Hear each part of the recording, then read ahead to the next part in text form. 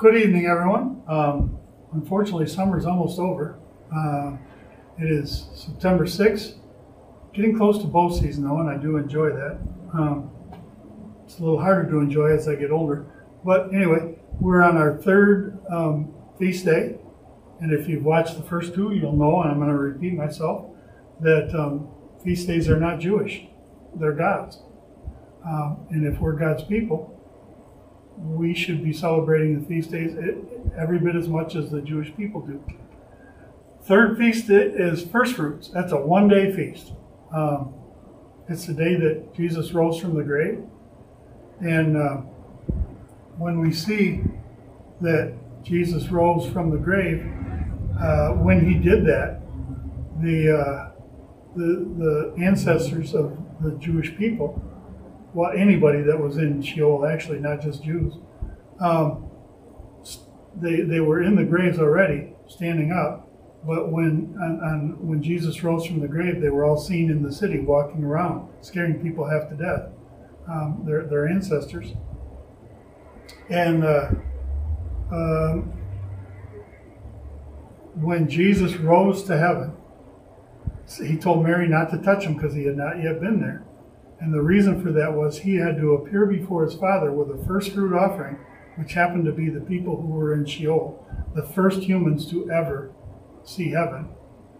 And then it says that Jesus went into the Holy of Holies and into the holy place to purify all the vessels of the heavenly synagogue. And so he had to go there pure, but he had to have a first fruit offering.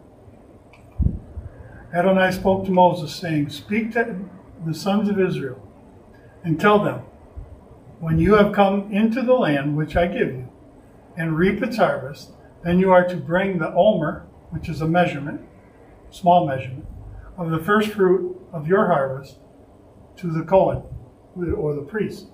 Now, if you look at this, this is what Cain and Abel were doing when Cain was rejected. First fruit offering. Now, first fruit was supposed to be the finest. If you were a rancher, it was supposed to be the finest sheep or the finest oxen. If you were a vegetable farmer, it was supposed to be the best of your crop.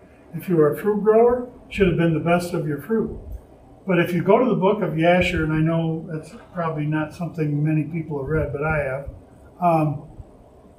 it actually says there that Cain went to his fruit trees and picked up the rotten fruit off the ground to offer to God as a sacrifice, which angered God. And he said, you wouldn't give this to yourself, or to, but Cain brought the best of his flock. And that's what it says. That's why we know it was a first fruit offering. It was the first of their fruit of that harvest season. Cain brought a spotless, blameless lamb. But that was Abel. Cain brought rotten fruit. And when he was rejected, God wasn't going to kill him. God wasn't, but he said, yeah, I can't honor that. And that is what got Cain angry, is that he was not honored by God. There's a whole longer story to that, but I'll talk for 20 minutes if I go into that story, so I'm not gonna. But anyway, he takes that first fruit offering. It's just a small, an omer is just like a bowl of it.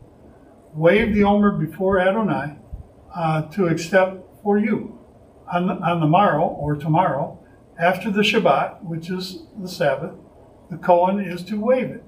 On that day, you wave the omer. You are to offer a male lamb without blemish, 1 year old, and a burnt offering to Adonai.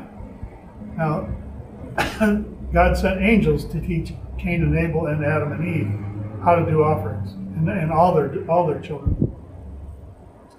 Obviously, Cain didn't listen very well. Probably like me in kindergarten. So anyway, Streetlight GR/Facebook, or you can visit us at Streetlight Bible Study 4006. Remember, please be a blessing to someone and be blessed yourself. Enjoy your day. Thank you.